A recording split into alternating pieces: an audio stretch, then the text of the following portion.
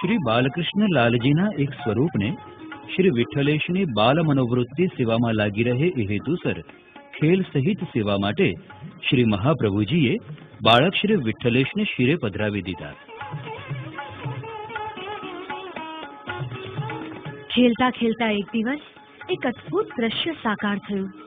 નિયમ પ્રમાણે શ્રી વિઠ્ઠલેશે એક થોરનો ભોગ શ્રી બાલકૃષ્ણ લાલજીને આરોગવાની વિનંતી કરી.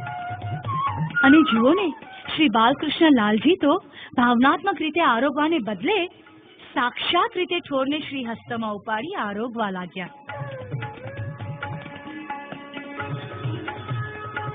આ જોઈને બાલ શ્રી વિઠ્ઠલેશે બાલ સુલભ પ્રકૃતિને વશ થઈ ઠોરની ખેંચતાણ કરવા માંડી. શ્રી બાલકૃષ્ણ લાલજીએ પણ સામી ખેંચતાણ આદરી અને હવે શ્રી વિઠ્ઠલેશ મોટેથી રડવા લાગ્યા. આ અવાજ સાંભળીને શ્રી મહાપ્રભુજી, દામોદરદાસ તેમજ અન્ય સેવકો અંદર દોડી આવ્યા.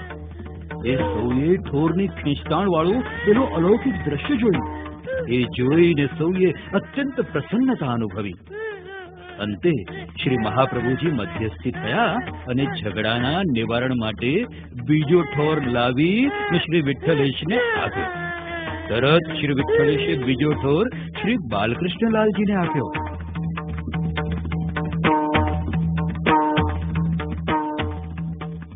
બસ ત્યારથી શ્રી બાલકૃષ્ણ લાલજીને ભોગમાં બેકી સંખ્યામાં ઠોર ધરાવવામાં આવે છે.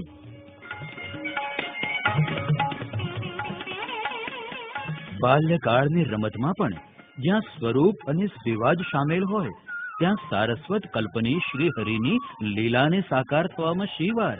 અને આમ શ્રી વિઠ્ઠલેશ ઝડપથી બાલ્યાવસ્થા બતાવવા લાગ્યા.